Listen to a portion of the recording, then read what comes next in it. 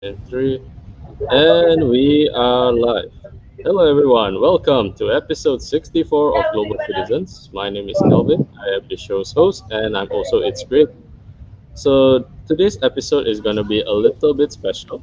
While we still follow in with the theme of multicultural, the two amazing gentlemen who is with me today, they do actually experience a multicultural lifestyle. However, for today, we will be focusing on what they're actually doing in order to advocate these individuals.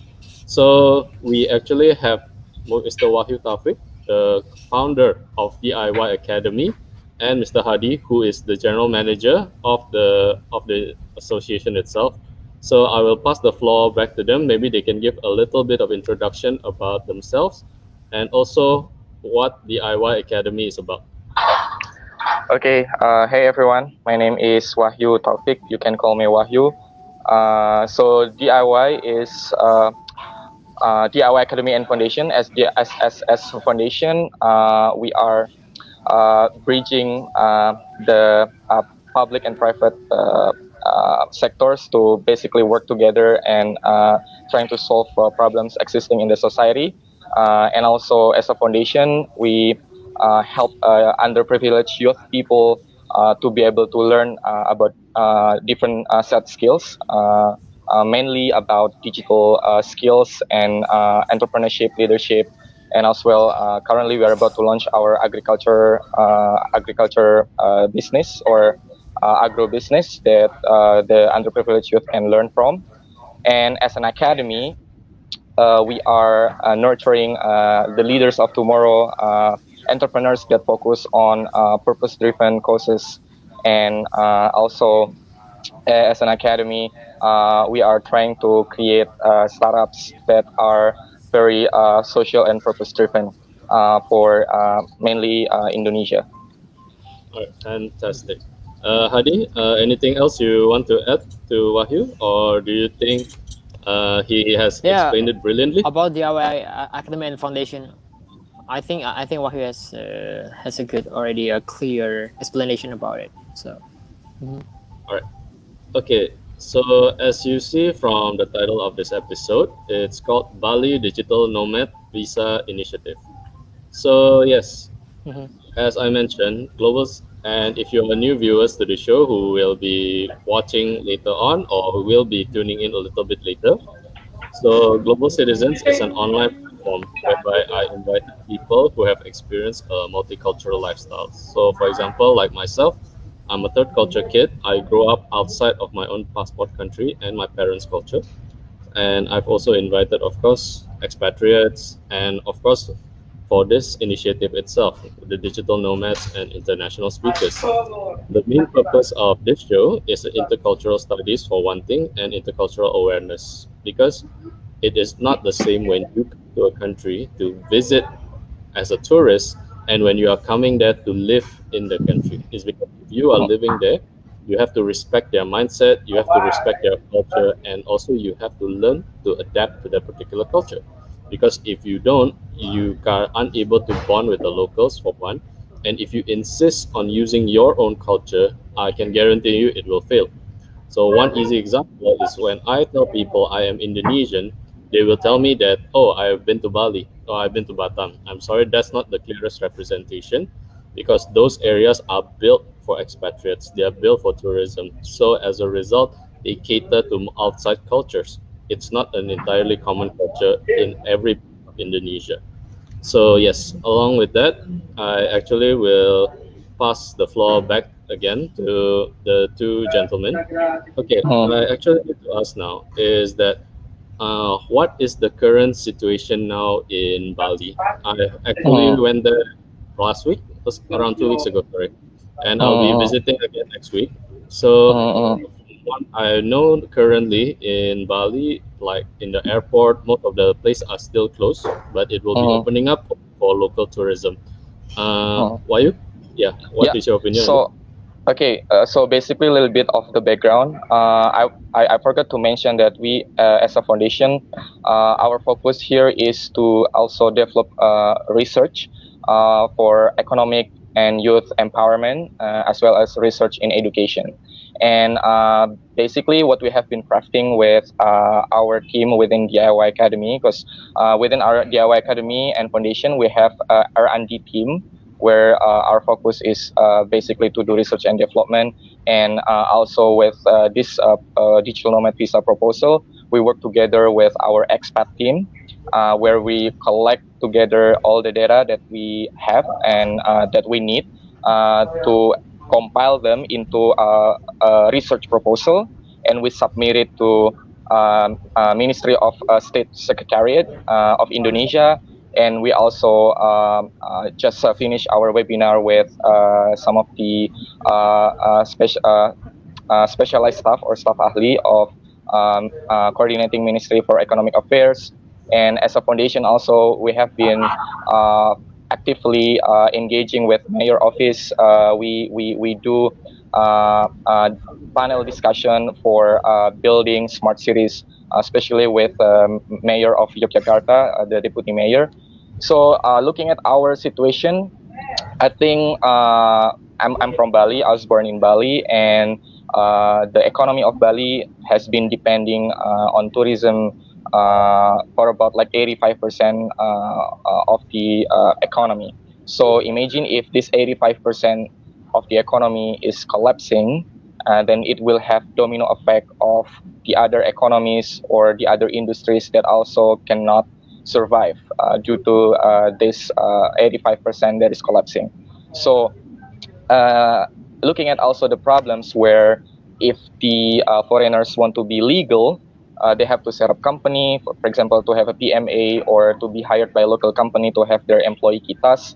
So either they have to choose to have investor kitas or employee kitas. And if they want to be like just in Bali working online and also to enjoy Bali, they have to be in I would say gray area where technically it's illegal for them to work, but they have a tourist visa. In reality, they're working here with the tourist visa. So those who are with tourist visa and visa on arrival, they are here working online, being in a gray area, and they need to do visa run, for example, every month or every 3 months. But there is no middle ground. So there is no a new type of visa where it can accommodate the needs of these people who work online, and they can be fully legal in the country and contribute whatever they have earned from their online income. And also the government of Indonesia doesn't directly or technically benefit from all these digital nomad activities, because there is no middle ground. Either you have to be in very super expensive budget to set a company, or you have to be in a gray area where you don't know if you're doing legal things or not by doing online or work, or even if you have met someone here in Bali and suddenly they become your clients. So that's number one issue. So there's no middle ground. Number two, we are also looking at everyone here is losing. For example, for those who have tourist visa or visa on arrival, they have to always do visa run. And imagine, I don't know, I forget the exact numbers of how many people that have been doing visa run so far. But every time those people who do visa run, they always need to get out of Indonesia. They book a flight, and then they also spend time in Singapore or Malaysia, for example. And if you calculate that collectively, it's quite a big amount of money spent outside of Indonesia. What about if those amount of money can be spent inside the country? So first, they are in gray area. Second, the money that can be spent in the country have been spent outside of Indonesia, and that's very big loss from the government perspective. Right. So why don't Indonesian government can accommodate this to actually be better spent in the country? And thirdly, I think we are still in the middle of pandemic. So if we can issue a new type of visa where these visa holders will be able to commit to stay in Bali for about 1 year, for example, they we do pre-screening. So from the place they will depart from, we do like background checking and their financial situation, and also their health, and also where they will stay and everything. Just giving you examples. And then when the green is light, when they are clean, pre-check, then they will fly to Bali. And after that, maybe they will have a self quarantine for a certain time. And after they are in Bali, they better to stay for long term, because if they keep coming in and out, maybe they will potentially bring the virus. But if they commit to stay longer, it will minimize the virus carrier by the foreigners, or by the tourists, or by travelers who come from abroad, for example. So yeah, and in this proposal, we also basically our main intention is actually to help a government to attract or to capture more, or I would say new type of tourists, which is the professional remote workers, or remote professionals who have steady income and they can work online. And when they come, they can contribute to the local economy, and with their skills, expertise, and connections and experience, they can help also the local communities to switch from tourism dependent economy to be a digital and creative economy, which is the vision of the government of Indonesia. So I think when we are able to capture this new type of tourists who have these skills, and then who can also work remotely, that can be a big contribution also to the local economy, not only just from economic perspective, but also from social perspective, where the local community can learn from them, or partnering with them to do business together. Yeah. All right. Okay. Earlier you mentioned on the pre-screening, yeah. So, what is the qualification for individuals to be eligible to apply for this digital nomad visa? Uh, because the thing is this. I mean, like a regular visa, you need all the pre-requirements. You need to pay for the fees, right, in order for you to earn your visa. However, let's say somebody, maybe he or she could be an expat living in another part of Indonesia. However, of course, due to the pandemic, there is a little difficulty in how they actually can stay. It's because, well, they need to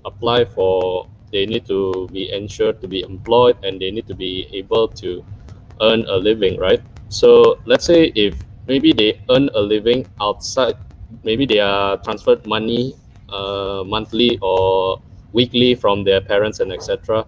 And as a result, they are able to pay for the visa, but they might not be doing any kind of job. So are they I'm sorry. Can you repeat your question? Because I was like out of the screen just now. Yeah, no worries, no worries. Yeah, sorry guys, because the thing is I think I've actually attempted this once with 3 people. It works fantastically last time, but as we know, Indonesian's network is not the most reliable. No offense to the government, please don't scold me. Please don't get me in trouble. Thank you. Yeah, but the thing is this: what is the specific of the pre-requirement? Because let's say, I mean, in the past, tourism is they need to have maybe somebody living in Indonesia to be a guarantor for them, right? In order for them to earn that visa. However, for digital nomad visa, the thing is that you need. I believe I overheard or I discussed it with Hadi, and the pre-requirement is that you need to have a business or with the intention to operate a business. So maybe you can clarify on that, because it could be people could hear about this and then, oh, okay, so that means it's easier for me to get a visa. All I have to do is just come up with a business proposal. So can you clarify a little bit on that, Wahyu? Okay. So basically, just imagine we are all Indonesian, yeah, 3 of us. And if we want to go to Europe, for example, to obtain Schengen visa, or mostly any Western countries that we are applying for visa, it's not super easy for us. It's like a lot of paperwork, a lot of questions being asked. Uh, I'm not saying that we are supposed to make the visa super difficult or super complicated, but by having pre-screening process is actually to measure whether this individual is eligible or not to obtain this type of visa. For example, from monetary perspective, maybe we should set the minimum requirement, or I would say minimum income for digital nomads that are eligible to apply for this kind of visa. Let's say based on our data that we gather through Alumni Day, our expat partner who has helped us collecting the data. Mostly digital nomads earn minimum like 2,000 something US dollar plus or above. So let's say we have set that kind of minimum uh, uh, income as one of the pre-requirement financial pre-requirement so that they can be eligible to apply for the visa. And then maybe we can also ask them what is their job like based on their skills. For example, if they have a certain skill set where this person also wants to do some social project in the country in Indonesia, or this person wants to do some collaborative projects with Indonesian partners where this can be beneficial for the local community. We can also see from the skill set that they have, where this skill set can be taught to the local community, and also we can check whether they have a steady income or steady job. If they're freelancers, they can show us the contracts. If they're companies, they can show us their annual income for the company. If they're employee, they can show us how much salary that they have. So this is from financial perspective. And then from intentional perspective, like what kind of intention that they have, why they want to apply for this visa. We can also do background check based on their intention. Let's say if they want to do some social project, and with their skill set, is it possible for them to also do knowledge transfer to the local economy, and also will they start a business or a company that will require them to have a local business partner, for example, and what is their what so in the proposal itself we have, I think we would like to propose two types of visa. For example, visa 1.0, it's only for those who just want to come to Indonesia or to Bali just to stay and observe the country and see what it can what it can give to them. Like for example, they just want to wait and see and check around the island or the country, and if there is an opportunity for them, maybe they will decide later on to invest or to partner with local partners to do some business together, so they can upgrade their visa to the digital nomad visa 2.0, where maybe in this cluster of visa they can have some privilege to partner with local partners or businesses to start business together, especially the business that requires a certain skills that they have, where it can help local economies also to learn from, and to get access to capital, not only just capital as money, but also capital which is their expertise, connections, and networks. Okay. So yeah, more or less it's like that. And the difference is, I think, for example, if you have social visa, you are not allowed to work, right? It's only mostly for social project, which is like doing volunteer. And for kitas, for example, you have two types of kitas: investor kitas and employee kitas. Employee kitas is expensive on the employer side and employee side as well, and the investor kitas is also pretty expensive, and you have to have a big capital to start a company. So I think with having two types of digital nomad visa, where once to allow people to live and to work remotely from Indonesia, but they are not allowed to, let's say, get a client within Indonesia. And second, the digital nomad visa 2.0, where they can work, they can live and also they can work under one condition: they have to have local partner, where they can also, or they're allowed to have clients within Indonesia. For example, they have met some people in Bali, and these people decided to work with them. They can work with the people that they have met within the country, but they have to partner with the local business. So this is the rough idea. Hadi, if you want to add something on this. Yeah. Hadi. Hadi. Hadi, Hadi.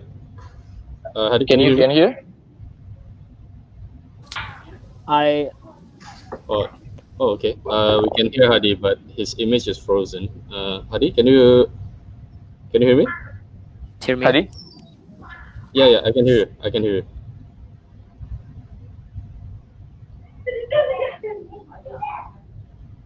Hello, Hadi. Oh dear. I think I have like update my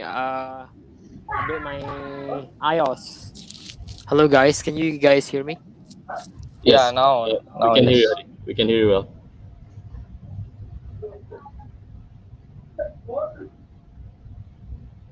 Um, so based on the survey that we have done here in Bali community, 68 of the respondents from out of 150 respondents, like their average income is around 2,000 until 5,000 US dollar month.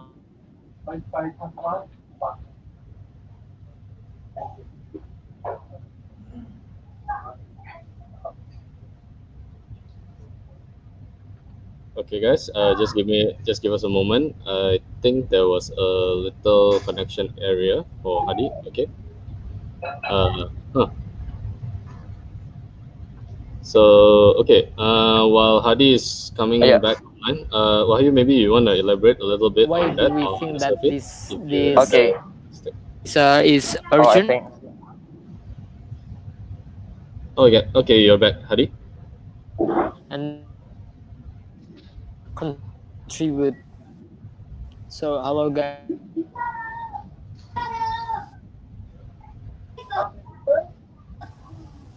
Hadi. Okay. Hadi, I Okay. think Hello. frozen.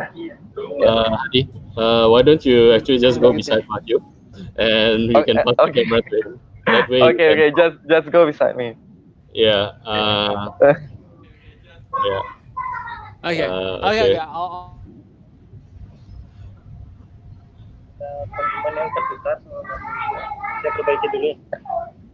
Yeah. Okay. Let me just give the platform to Hadi first, so that way he can share his insights also. Okay. Yeah, Oh, Hadi's there. here we go. Okay. Okay. Okay. Finally, sorry for the technical issues, No worries. Calvin. No worries. So Yeah. yeah, it says like I need to update my iOS. So yeah, I was like just adding some points about the digital nomad initiative that we have done. Based on the research that we have done with our international partners in Bali, uh, it was like 150 respondents from international communities from all over the world who has been in Bali for the last couple months, and 68% of the respondents. This is very interesting findings that their average income for the digital nomad community as well, uh, it's like between 2,000 until 4,000 US dollar month, which is like it's way above the UMR of Bali itself, and Minimum wage. the minimum wage of Bali, yeah. And 64% of the respondents, they are willing to pay the tax or any type of form, like any type of tax that means that they are willing to contribute for Indonesia. They're willing to collaborate with local NGO, local communities, and they want to help the local social medium enterprises in Bali. So this is very interesting that we think this is very urgent for us because of this pandemic situation, and the government of Indonesia is trying to do anything to prevent the economic recession. So this is the time for us to to maximize our potential. What we have here in Bali, the digital nomads community, that they are willing also to contribute for the government of Indonesia. So yeah. Yeah, and also what we suggest in our proposal and in our last discussion with some government people from Coordinating Ministry for Economic Affairs and from DPR or from the Parliament, Komisi 2, Commission five. oh, Komisi 5, Commission five. Commission 5, we so basically we can do some trial. So we can create sort of like special economic zone because Indonesia has more than 17,000 islands. So maybe we can make like let's say three special economic zone: Bali, Jogja, Jakarta, uh, to test this idea of having a digital nomad visa. And because these three cities or island has already international airport, each of city has international airport. And for example, Bali has the first gate for foreigners to land mostly in Indonesia for leisure or for travel for holiday. In Jakarta is mostly for business, for international company or international cooperation or international expansion for some corporation. And Jogja is also the culture where it's quite unique and as the only existing sovereign kingdom within the Republic of Indonesia. So it's pretty unique location as well as the culture. So basically, we can utilize or we can start with these three locations first to implement this kind of visa if government want to. And I think our goal here is not to get as many people as possible to fill to fill up the tourism industry or tourism sector, but actually to get the quality people that we want to have, not only will contribute economically, but also they can come to basically contribute socially and can contribute to our development of our own ecosystem, economic ecosystem, and mainly about digital and creative economy ecosystem. Okay. Yeah. Okay. Can I just ask though? Yeah. Since Mhm. sorry, Hadi. Yeah.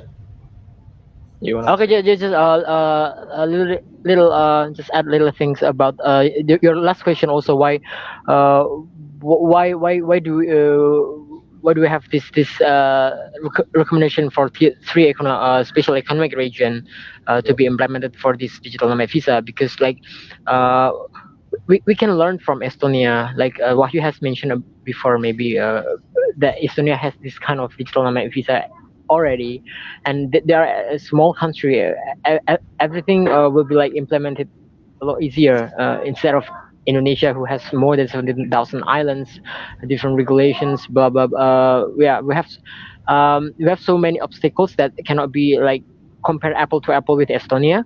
But then we can actually implement this digital nomad visa by having those three specific regions who can actually attract more selected tourists to be able to collaborate with the local communities instead of just just inviting all random tourists where the pandemic is still there. So it's also like going to we need to protect our national interest as well. We cannot we have to be still selective, being selective as a country. So yeah, something like that. Okay. May I just clarify then? With regards to this initiative for this digital nomad visa, right? Mm, Is this going to be only valid for a certain number of years in order to prevent the recession of Indonesian economic, mm. or also is this going to last as long as you guys can do it? And along with that, though, what is the details of the visa? Is it like only valid for a certain number of years, or like around Mm. maybe after a year, then you guys have to renew it? You guys need to pre-qualify for the visa.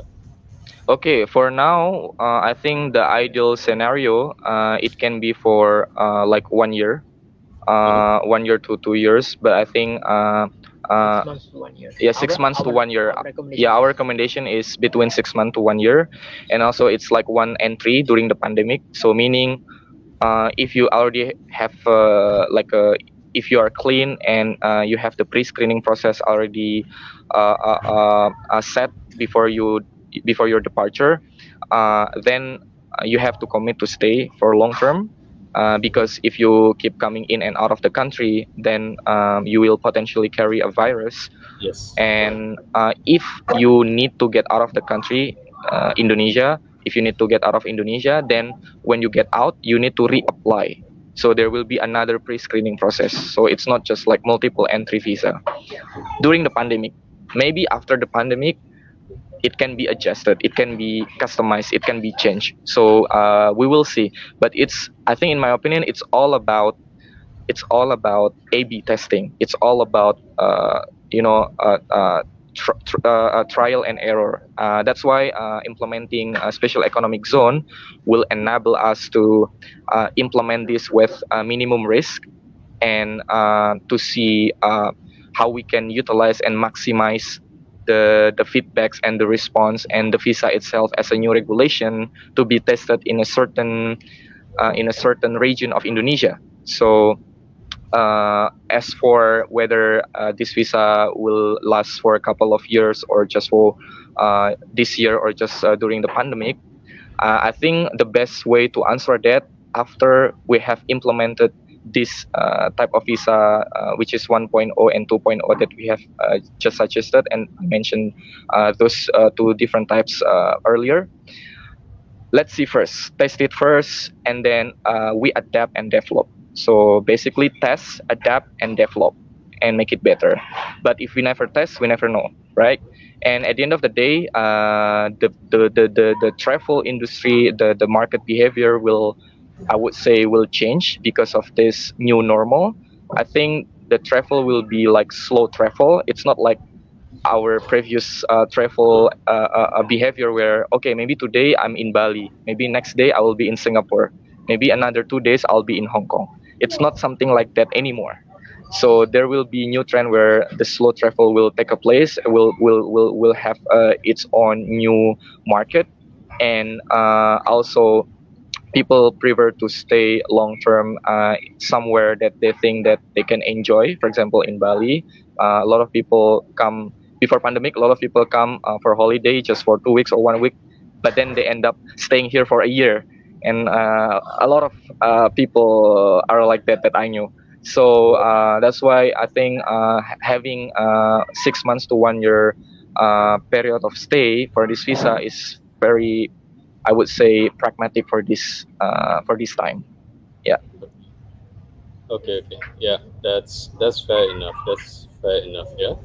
So, Mm-hmm. if you don't mind, I actually want to ask a little bit of the situation on Bali. Mm-hmm. So, for in case you guys don't know, Wahyu, you would have seen Wahyu in a lot of Google articles and a lot of association which has expatriates related to it.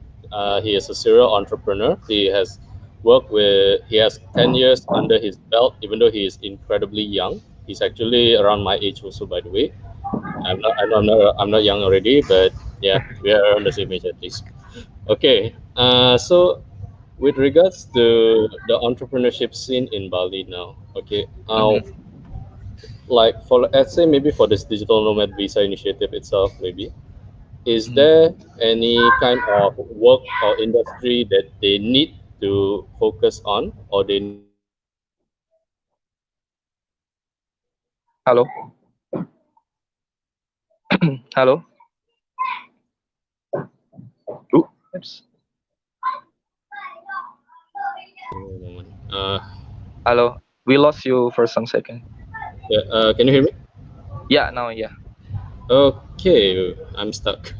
My image is stuck, and it's Yeah. not an Yeah. incredibly flattering photo. I look like I'm going to sleep. Sorry about that. Okay, No, never it's mind. okay. What Okay. matters is the content. Yep, it is. Yeah. Okay. All right. So, is there like a specific kind of industry that Mm-hmm. actually they need to pre-qualify in order to do? Maybe because a lot of industry that is quite common, maybe in Bali, is more towards maybe a lifestyle related, or maybe Mm-hmm. something to do with life and embracing of nature.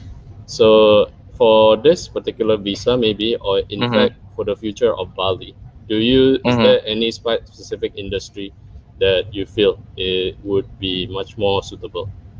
Okay. You wanna answer, Hadi? Okay. So, to be aligned with the government mission, actually, the main industry that we would like to enhance and boost is digital and creative industry. And when I say digital and creative industry, it's very broad, right? And because Bali has been very dependent too much on tourism, and when there is something like this global crisis or global pandemic, the economy is not self resilience, and it's not self sustained without depending on external factor, like for example foreigners coming into the country or to the island. So how to make us to be self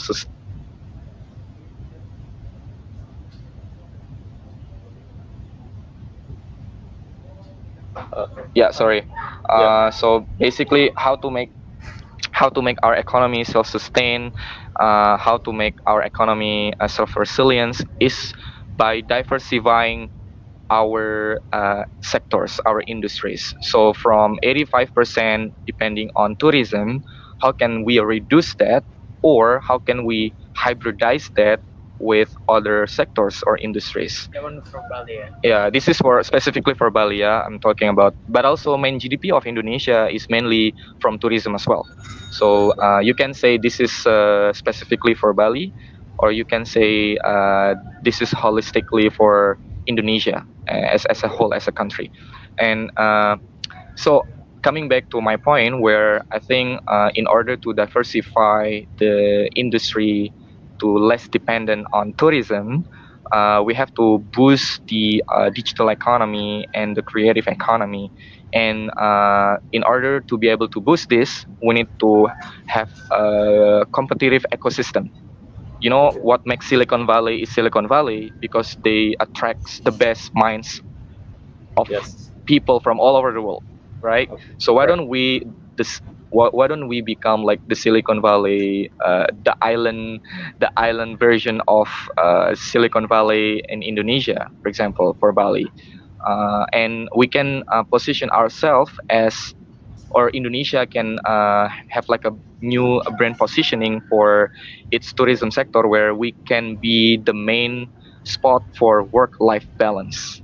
You know, Yeah, we have correct. nature, we have ocean, we have smiley people, we have great foods, we have like what you can imagine to have, I would say, quality of life with affordable price.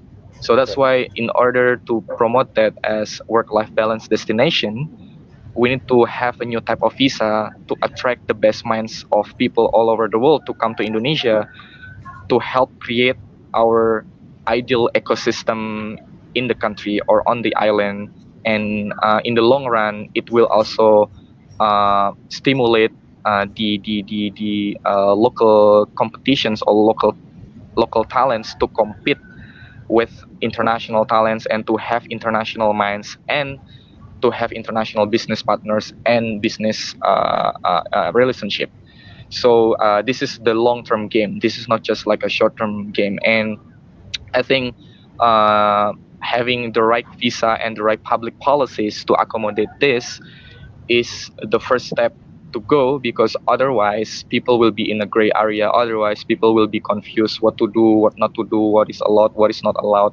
Otherwise there will be no synchronize between the local community and the expat community. Correct. Otherwise there will be always big gap between the local and the foreigners or the expats. So the image will always be like, oh, the local is poor or uneducated or do the dirty jobs, and the expats or the, let's say, the foreigners are the ones who do the blue collars jobs. Blue collars, you say it, yeah? Yeah, the blue White color. Oh, white collars. Okay, Color. the white collars, not blue collars. Yeah. So foreigners are stigmatized to always do the white collars job, and the locals are stigmatized to always do the dirty and the cheap labor jobs. So in order to minimize or to reduce this gap, we have to have balance between local talents and international talents. And in order to have that balance, we have to build a very conducive and good ecosystem for all of parties involved. Yeah, you want to add something? Yeah, Yeah. agree. Yeah, yeah. Okay. I think that's the answer. Okay. Actually, I was following one of the Instagram live stream. I think there was an English lesson done at that time for DIY Academy. Yeah? Hmm. So maybe I can just ask with you guys is that for the institution part of DIY Academy, Hmm. just to, we didn't mention this earlier, but DIY stands for dependable independent Developing, youth. Developing, yeah. developing independent youth. Oh, my apologies. My apologies. Because yeah, because we believe that youth is very powerful when they are mobilized in the right way to to the right direction. And if we look at our history, Indonesian independence history, our independence movement was started by a group of young people, the one that has progressive minds and idealism, but also can convert that idealism into actionable plans. So I think as also Indonesia has demographic bonus until about 2030 ish, this is the best time for us to be to be from, let's say, developing country to be one day developed country within the next 1 decade or 2 decades, if we can empower our young people. So that's why I said, as a foundation, we are an entity that can be the bridge between the government and the private sectors, in this case startups or initiatives or entrepreneurs that want to have think tank and discussion with the government. uh, so we try to connect government and private sectors, so we call it PPP, private public partnership. And also as a foundation, we incubate, we nurture the talents, especially local talents and local startups, and to create local heroes. In this context is entrepreneurs or change makers, to be able to also contribute not only locally and internationally too, so how they can collaborate with international community and to create the leaders of tomorrow. As an academy, we create or craft different programs that can serve our causes to create the leaders of tomorrow, the conscious and purpose-driven entrepreneurs, and social purpose-driven startups, and basically a holistic ecosystem that can work together collaboratively, collectively for a greater purpose. Yeah. Okay. Just to maybe because from what okay from DIY, from what I know is so far the main focus is on skills development. Yes. Yes, Okay. true. So this is actually That's to put it in a simple way. okay. So I want to ask is what about the development of cognitive and mindset? So the thing, this is something that is said by a friend of mine who is a forex trader in Singapore. He has been doing this for I think around 3 years, if I am not mistaken. Yeah. So the consensus, this is something that is observed within the Eastern philosophy, in Asia, or in fact in the countries from the East side, is that what it means to be mature is not about personal responsibility, initiative, or independence, but more about compliance. So as a result, we have created uh, we have created a style of maybe a standard whereby in order for us to be considered an adult is how much we follow the rules and regulations, whereas maybe this is our Western counterpart on the other hand has created individuals who may need some refinement or sort. However, they have the mindset and initiative in order to pursue entrepreneurship. Of course, I'm not trying to compare or I'm not trying to insult. However, different civilization has created a different kind of personality to it. So earlier, you guys you mentioned the DIY Academy's mission is to be the bridge between locally established heroes with external kind of business or an external kind of organization in order to build Indonesian economy. Yeah. So what is your idea on that in order for them to actually understand the difference in mindset between the local and also the expatriates? Because also this I think have contributed to the mindset that we mentioned earlier, such as expatriates are given a white collar job and well the locals are given the blue collar. Do you wanna? Okay, so maybe that's why in the our academy we are not only giving the free training, immersive training, not only in a hard skill like digital skills, but also in personal development skills. So we need to change our mindset, like what our president say, Jokowi, revolusi mental, right? Mental revolution. It's not going to be done like in overnight. It takes time, a lot of the long time. So what we can do, at least in our community, in our DIY academy, what we have done in Jogja since the first batch on July 2019 was like we try to educate, we try to open the mindset of our students and our community. Like we usually have like personal development seminars, like how to be confident, how to know yourself deeper, what do you want for your life, some this kind of mindset, entrepreneurial mindset that we need to keep doing like all over time, frequently. So we hope that the young people like we have also our podcast actually in YouTube, in Spotify. So we try to do have any open discussion with any topics related about economy, social politics, culture, their mindset, the personal development as well. So yeah, those kind of things that we hope will change the mindset of young people, so that we are not going to be blue collar workers. So something like that Yeah, I from my think side. coming back to our why as a foundation or as an entity or as an organization in general, we like to say that empowering youth is to empower the nation. So empowering youth is also to create the future leaders of the nation. So basically, empowering youth is to empower the nation. Where if I would have to elaborate that term is or that phrase is, uh, I think like youth is our next Future leader. future leaders. Yeah, Yeah, to they are. put it in a simple way. And the thing is with our if we rely only on our existing education system, it's not really enough to actually change the mindset. And the mindset is the number one, the foundation of everything else. The mindset is number one before you start your business, for example.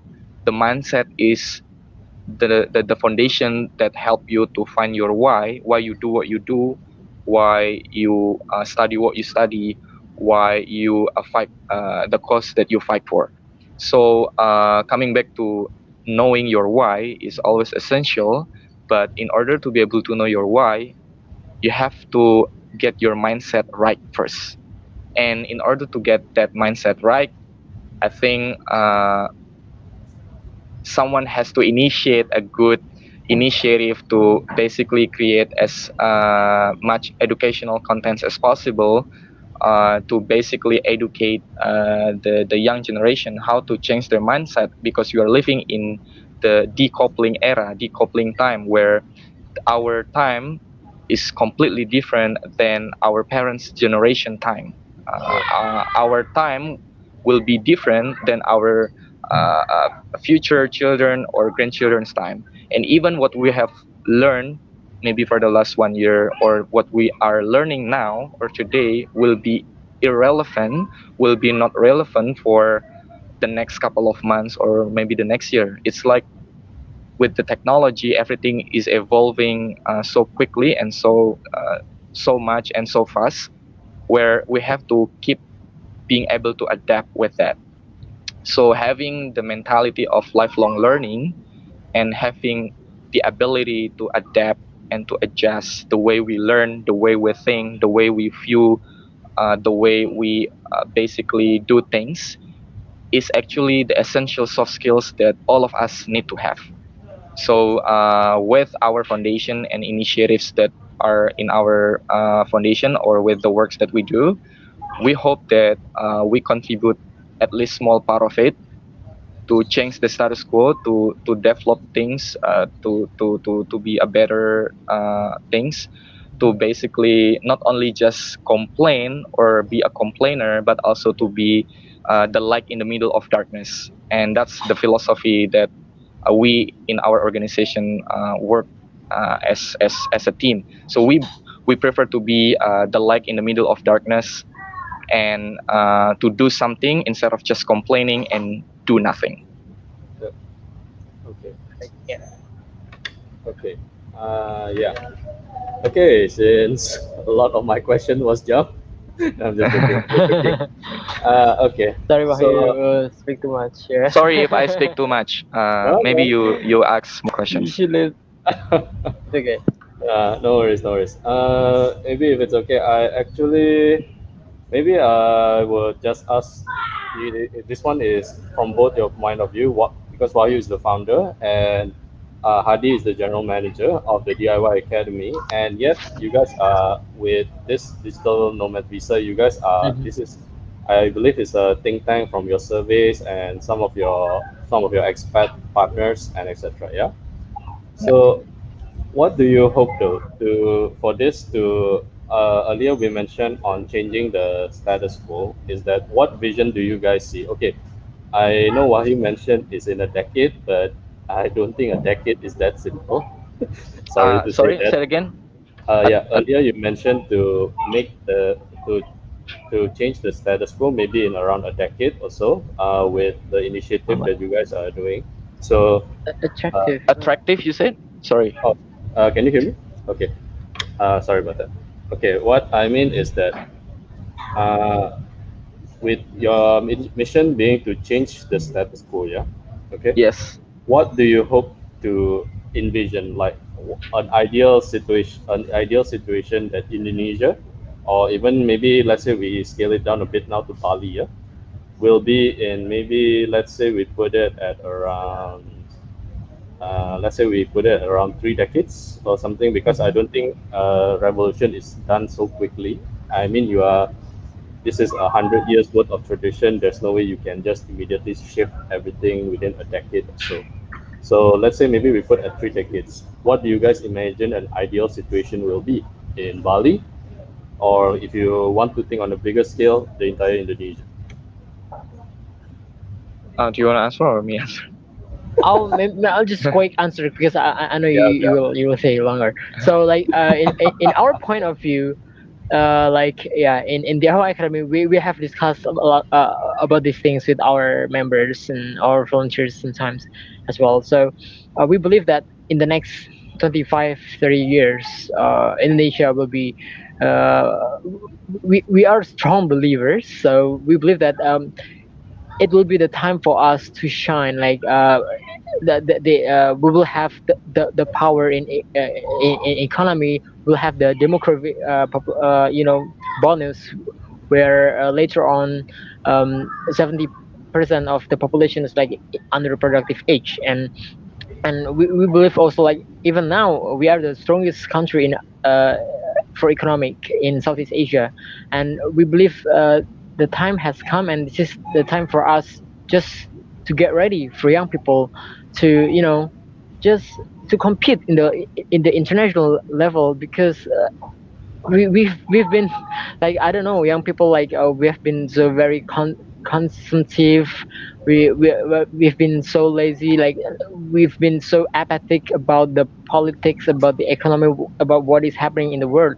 But now, thanks to COVID-19, I see a lot of Indonesian young people started to realize what is really happening in the world.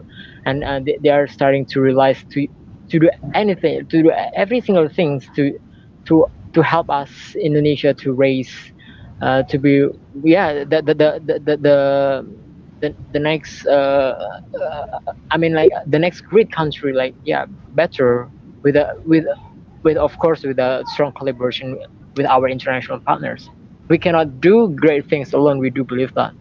Okay, just to add on that, so I think I would say that we are the biggest economy in Southeast Asia, one of the biggest population in the world, number four. We have like about 270 million people. We are just tired of being as a market. It's time for us to be producers, innovators, manufacturers of things. And as I study more about the potential of this country, I think this country has a lot of potential, not only just having big population, but also the natural resources that we have. For example, we are rich in rare Yeah. earth elements. Natural We are resources. rich, yeah, we are rich in natural resources, but we are always we have been always targeted as only big market, but we never create the market, and we never be the producers basically. So it's time for us to change that status quo, and I think realistically speaking, this is the right momentum. This is the right time. This is I think the best time to to rise, to shine, because as Hadi mentioned that we have a demographic bonus. Most of our majority population is under productive age, and that's why our foundation focus is on youth empowerment, because we realize that how much potential that we have from population wise, like from our demographic bonus to the resources that we have in our country, and it's not really maximized. And I think I hope that the next government will be led by the young progressive minds, because I think it's the time for young people to be more active politically, because if we are not active politically, we let ourselves to be governed by the fools. So we have to be those who think that um, they can contribute, just contribute, start something that they can do. For example, in our case, in my personal case, what I can do is after I sold my business, I just started a foundation. So that is like the smallest act or smallest thing that I can do from my end. So I don't have to start another like like a violent revolution, or go to the street, or burn the tires and all these things. But Please, what I please, can do is please don't do what that. It doesn't encourage violence. what I Please what don't I do that. what I what I Well, you won't have the time anyway. what I can do is just to start initiative through my foundation, through starting a foundation, through starting an NGO, through starting a social project. So this is what I said, being the light in the middle of darkness, and to be able to see the light at the end of tunnel. I know this is like a long-term game. I know this may sound very idealistic, but I think having utopian idealistic dreams is okay as long as you can convert them into actionable plans, even if that plans cannot be achieved yourself, but maybe your children and your grandchildren can achieve that, and just can uh, carry on your struggle, your fight, your idealism to go on if you cannot make it happen in your lifetime. So I think what we can do now is to contribute from what we can with what we have, and that's the mindset that we all young people should have. Yep. Okay, just to add on, if let's say you guys want to do even as small as maybe doing what I am doing now, earn yourself a $10 credit for the app I'm using. It's called StreamYard. The link is already in the description box. Okay, Okay. so this is going to be my last question. Yeah. Okay. So, yeah, for it doesn't have to be an Indonesian. I think with regards to COVID, a lot of situation has already been topsy turvy. Is that what we know as A might now become a D or a C? It's no longer the same thing. So, Mm-hmm. what would you suggest for those within, let's say, I don't know. Well, you can use the youth, but also I think a much more plausible generation that will immediately implement your suggestion. is the millennial generation. Yeah, what would you suggest for them Mm. to do to upgrade themselves in order to come the, let's say we can call it the new world, because nowadays is a lot of things that, as I mentioned, it's no longer the exact same thing that we've been doing. Mm-hmm. Yeah. Yeah. So what Yes. Sorry, suggestion what's or your question? sorry, any suggestion would you give to the millennial or even post millennial generation in order for them to Mm-hmm. handle the new world? Yeah, I think right now, as the world is moving towards more advanced technology, as a human, I think what we need to learn more is the essential soft skills. You know, instead of creating war, we should create peace. Instead of being a greedy nation or greedy people, we should collaborate. Instead of uh, uh, uh, trying to dominate, we should like work collectively and collaboratively together, hands on hands together, and create win-win situation for all nations and all parties and all people involved. So I would say that idealistically, if this can happen in the future, there shouldn't be like a dominant power from a certain nation or what we call hegemony. Yeah. So there should not be hegemony that can police everyone, all nations, or that can basically tell other nations what to do or dominate the playing field only to benefit themselves or only to benefit their own groups or alliance. But it's the time for us to work together collaboratively. So for the leaders of tomorrow, it's time to learn more about self-consciousness, about how can we as a nation, as the people, as uh, as a creature, as a human being, to be able to share this earth together and to benefit all parties involved. Because realistically, after World War II, it seems that the history has been rewritten by the winner of World War. I mean, like this is Yeah. going to be quite political, and I will cut But it's this. the reality is that, yeah, it's the I reality. think my point here is. Uh, Realistically, when we see, for example, countries in Asia or in Africa, these countries are full of natural resources. Yes. But unfortunately, these countries have been only exploited, and the people are not really well educated, and uh, it seems to be designed so. And as for the Indonesia case, we have been trapped as the middle income trap country. Yep. So we are trapped to be the middle income earner, because if we are too poor, we may not be able to buy products from China. If we are Too rich, rich. too rich, we will potentially create the might military power, or to be the next military dominating country after, for example, America and China, because we have a big population. So we are trapped in the middle as a middle income trap country. Uh, but we, the young generation, the millennial generation, the Gen Z, we are tired of war.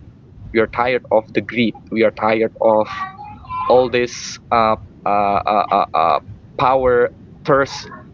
Uh, how Power I would hungry. put I it in hope a they think simple so. power, Power hungry. yeah, Power hungry. power hung, power hunger politicians or people or elites, where the distribution of the wealth is not fairly distributed. So I think it's the time for us to distribute it in a fair way. Yeah. Fair enough. Okay. I know I said it was the last question, but a friend of mine texted me. He's unable to Okay. tune in, but he actually want to ask something. Mm-hmm. Yeah, what if he is currently living outside of Indonesia and he does want to apply for the digital nomad visa when it is already commencing? So, is there any pre-requirement for him to actually, in order to apply for it, does he need to complete his medical checkup and everything first before he can even add to Indonesia, or how is it? Do you wanna answer? Actually, the one that we have done, we have submitted the proposal to the president of the Republic of Indonesia through the state Ministry of. ministry of the state secretariat, the Ministry of State Secretariat. So it was only a proposal, and we are still following them up. Means that on last Friday, which is like a couple days ago, I got a call from the ministry. Yep. So I was trying to following up the documents, like whether the president has read about it or not, and then, and thankfully, they were really interested with our initiative, and I told them that they asked me like, so what is the first thing first that they can do to make this happen? What kind of ministries need to be involved? And then we told them as based on our recommendations that it takes it needs the work of different kind of ministries, minister of foreign affairs, in order to to find the regulations and the countries, and the diplomacy, and then we require the role of Ministry of Economic Affairs, and also Ministry of human Human what is rights. that, human rights, and Ministry of Defense too. Minister Ministry of of Defense, Minister Tourism and of Creative Tourism and Economy. Creative Economy, even Ministry of Finance, to to make everything, the regulation, the price of the visa, the impact for the social economy. Like it takes a lot of work and a lot of ministers to be involved in this case, and we are still waiting for. We are still knocking as many doors as we can within the network of our ministries, different ministries. So yeah, just wish us luck. Hopefully, we can. The government will be realized soon that this is really The important. government just needs to call us to the state palace It doesn't have to to be state present. place. Doesn't have to be at state palace, but the government just need to include us into the public policy The making, policy making. Let's the just public do, policies let's making, do a Zoom and call. Say, okay, I approve what you guys do. Yeah, we'll to we'll keep we'll this be moving. ready to Hopefully. present our grand plan. Yeah. So just call us. We are ready. All Yeah. right. That's the thing. Because like maybe yeah. That's why we already have also the petition in change.org. If you have realized, Media, one of our international partners, have he has worked so hard. So we have more than 2,000 people signed that petition all over the world. So hopefully, we'll just keep pushing and pushing to bring the awareness for everyone that this is important. So hopefully, the government will realize soon. So just to add on, the petition that Hadi mentioned is already on my. It's the one that I put for my Facebook and Instagram story. It's the one after the graphic card that shows these two gentlemen. So it's the one which actually announced this episode also. It's that particular petition. Yeah. So if let's say there is another individual who could be interested in it, can you are you able to say the name of the website where they can sign the petition? Oh, sure. It's change.org. Okay, maybe can we like put Yeah. Yeah. the chat there? Yeah, you can put in the chat. Okay, sure.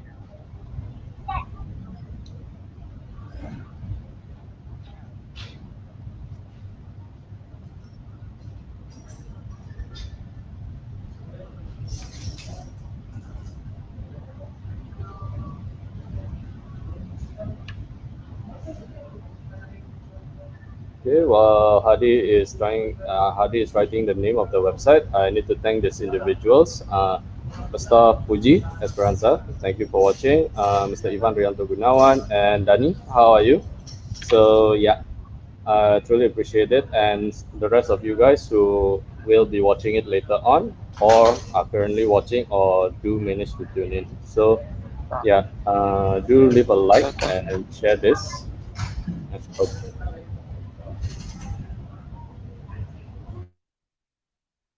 Actually, Gitu. actually, Calvin, I have the link was like so long, so I'm sending it to your WhatsApp.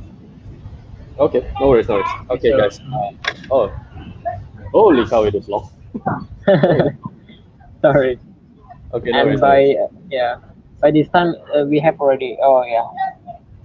No worries, no worries. Okay, I will be putting it in my description box. So if you guys are interested to sign the petition, please do check it out. I'll be putting it in the description box. Other than that, I think that is all for me. So yeah, I really hope this proposal went through. And yeah, anything else you guys wish to add on? I think what we can do is let's just make this happen, and let's just create as much awareness as possible.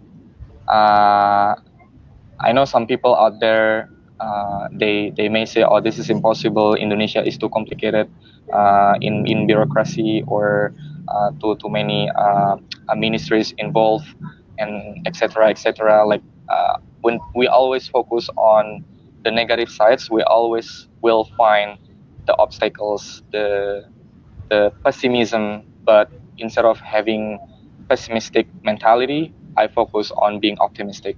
So I think what we can do is just to knock the doors, every single door that we can, from the parliaments, from I have some friends who are in the parliaments, and coordinating Ministry of for Economic Affairs. My godfather is also there as a staff ahli or specialized staff for public policies analyst, especially in environment. Yeah, and also for we try to knock the door of Ministry of Tourism and Creative Economy, and we also try to knock the door of Ministry of State Secretariat, where we send the proposal as the normal procedure, and we always try to follow up with them, and they call us a couple of days ago, which means that we get the response, and we try to bring this to the media, local media or international media like yourself. Thanks for bringing this up to the discussion, so it will What's the create thing? more Oh, awareness. the thing is, I'm a lot more international, I guess. Okay, so that's a mix. Yay, No, hooray. it's fine as long as there is any contribution, if it's even small, as long as it can contribute to the uh, to the to the awareness. Someone, anyone that can bring something to the table, we welcome them. We appreciate any small contribution, big or small. We really appreciate all of them. Yeah. All right. All right, that's it. That's lovely, guys. All right, so that's the end of Global Citizens episode 64, Bali Digital Nomad Visa Initiative. Do tune in for this upcoming Saturday for episode 65. We will be having somebody who is in the medical profession line, as I will be discussing a little bit more on the impact of COVID. So, other than that, I really thank you guys and really hope this proposal went through. And with that, I will end this broadcast. So, have a good day, everyone. Bye. Thank you. Thank you, Have a good Calvin, day, for sending this Kelvin. out. Thank you Have a for good hosting day. us.